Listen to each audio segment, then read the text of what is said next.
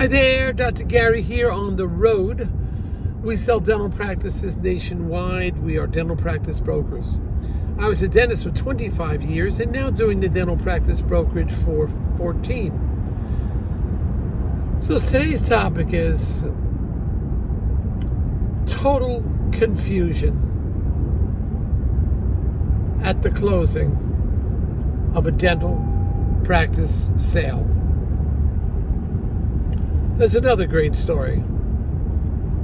Before we get into that, as you know, we have 10 employees. We're in 22 states, and we're available to you 363 days a year. We take off Christmas and Easter. That's it. We work from 8 a.m. till 9 p.m. every day, and our phones are answered. Even if I'm over in Europe or in South Pacific, the phones are answered. So call us. Even if you want to chat, you want some free advice, we're happy to help you out. Just let us know. We can take care of you. Now, the information you're about to hear is for entertainment purposes only. It's not legal or business advice.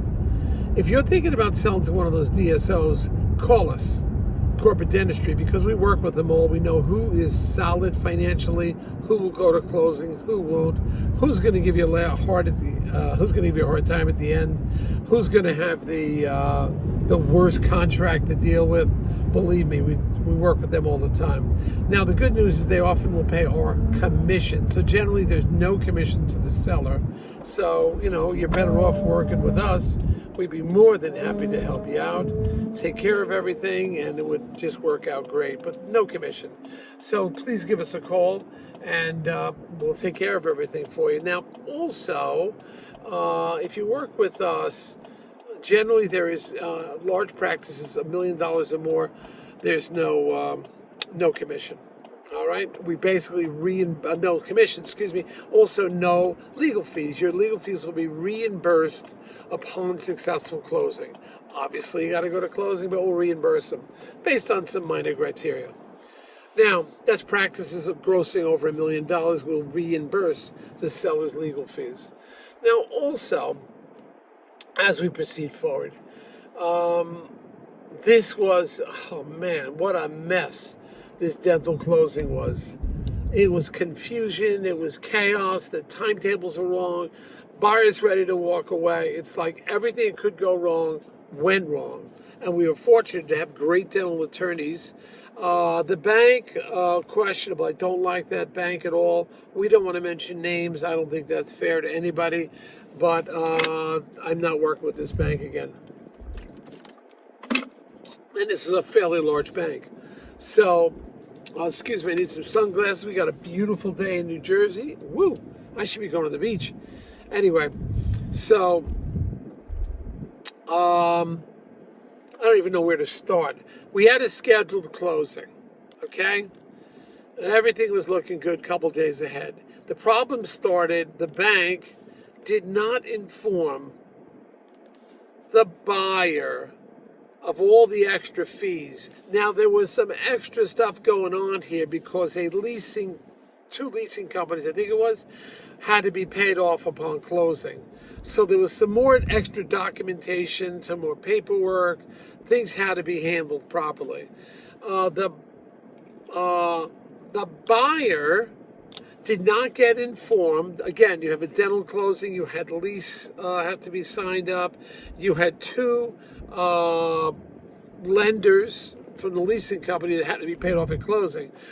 So there was a fair number of moving parts with this situation, a little bit more than normal. But the bank should have been used to this. What should have happened is a week ahead of time, even if they didn't have the numbers that the buyer would have to bring to closing or have ready or be able to wire at closing or at least be informed, they could have given the buyer a approximate outline. You're going to have this fee, this extra fee here, this fee, that fee. Outline everything. Just outline it. But it wasn't outlined. So the buyer finds out, and don't forget, you're paying off two leasing companies also. Now, that wasn't of the buyer's responsibility. It was really the seller, but it gets, comes out of the closing numbers. So the night before closing, all of this extraneous costs was sent to the buyer. the night before, late. This is very late that it happened. So you had the leasing company sending it in, you had the landlord sending something in, you had the bank sending in certain fees and so forth. And it was like, what is going on here? The buyer was shocked. It was far more money than they thought. There was also a miscalculation of how much the buyer actually owed. There was a miscalculation there. So that number was wrong. So not only was the buyer hit with all these fees, because the buyer had also paid some earlier fees to the bank, and it was miscalculation just how much the buyer owed. I mean, it was a nightmare. The buyer was panicking. The buyer's husband got involved. The buyer started saying, well, I'm not paying. I don't know if I'm going to go to closing now. We did all this work, and the buyer's starting to back off on closing. Generally, it doesn't happen. They threaten, but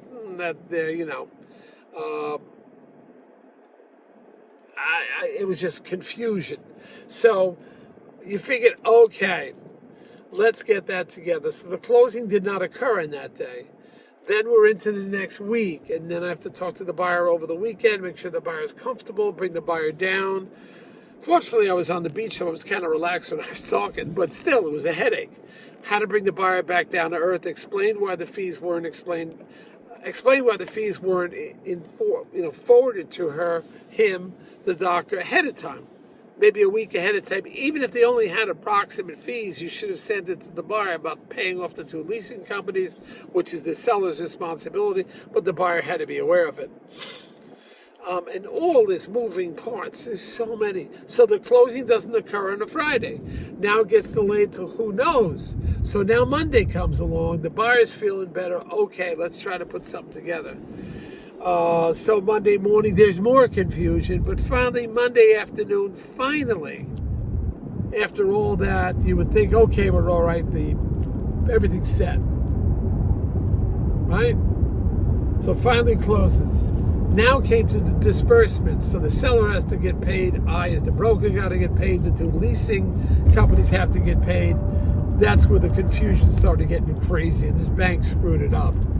So what the bank did is the seller got their electronic wire. My electronic wire, along with the leasing company's wires, never went out to them. Now, this should have been a coordinated effort on the bank's behalf. But the bank said, well, we really don't we'll handle the dental closing, but the fees for the leasing company is going to go to a different department. They're going to handle that differently. I'm like, what? So we're racing, and we just had the closing today. This is like a Monday or a Tuesday. Maybe it's a Tuesday. We're racing to get the closing done. This goes on and on. So they finally do that. The seller gets paid. I don't get paid. So on a Tuesday, I had the closing on a Tuesday. Monday or Tuesday, I don't get paid on Tuesday. They said, well, it's in compliance. I was like, what bull is that? So next, the next thing I know is no wires go out, no payments to me, no payments to the vendors. The vendors are being pissed. Like, where's my money? That's my equipment has to be paid off. I said, I don't know. The bank says, oh, we're on top of it. It got tied up with compliance. That says BS. Get tied up with compliance. So 24 hours later, I still didn't get my wire. They said, we're on it, we're going to take care of it. Then finally, 48 hours later, I get my wire and payment of my commission. 48 hours later, it should have been done the same day, but that's okay. At least I finally got it. I said, what happened with the vendors? They said, oh, the vendors was piggyback with yours. They should have theirs already. I start making calls. The vendor wasn't paid in 48 hours. Nobody paid the vendor. Two vendors had to be paid, the two leasing companies. Nobody paid them. So they're yelling, hey, they have my equipment and I'm not paid. So they're yelling. I mean, it was unbelievable. Now, finally I get on, what's going on with the vendors? Well, we didn't have, that's with a different department, because that's the business relations department, have to take care of that. I said, well, where is the money? I said, well, we thought it was sent out to you. It was never sent to the vendors. Never sent to the vendors. Then finally, to get it together this morning, I get a email. Okay, vendors being paid, checks going out to them. I'm like, what? The vendor gave you the wire instructions. And they say, no, we never received the wire instructions. All we have is the bank. All we have is the vendor's invoice. This is the different section of the bank. All we have is a vendor's invoice, and all we have is an address. There's no wire, so we're obligated only to send him a FedEx to his address. I mean, can you believe this? This goes on and on. Complete and total mass confusion. Now, we're now waiting for the vendor's check. It's supposed to be there tomorrow. Let's see if that happens. Whoa, oh boy. So you can't relax with these deals. 5 minutes after the closing, you could begin to exhale. But if you don't have the money in the account, you haven't closed.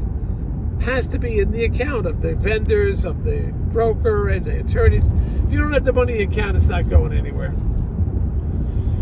So that's what happened. Just crazy. Absolutely crazy. And I've known this for 14 years. I relied on other people. I figured they know what they're doing. Because the wires were sent, the instructions were sent, everything was double-checked, and then it was mass confusion upon the dental closing. This stuff happens. You got to be ready for this. I, as the broker, jumped in there, managed everything I could, got in touch with the second portion of the bank who handles the payoff for the loan equipment. I had great attorneys. We were lucky, but they got busy and things too, so I had to do this myself. It was a freaking nightmare. One of the attorneys did jump in and gave their opinion and tried to help out. That was a big help. But it's not easy. Never think you're closing when they say you're closing. Never think that it's after the closing it's all done. It's when the wires hit the payer's account, with myself, the broker, or the doctor that's selling. That's it. It's not over until the wires hit your account. Aggravating, I know, but that's what I go through all the time. Luckily, I had the methodology to put this together, and who said what. This one said this. Finally, I got it together.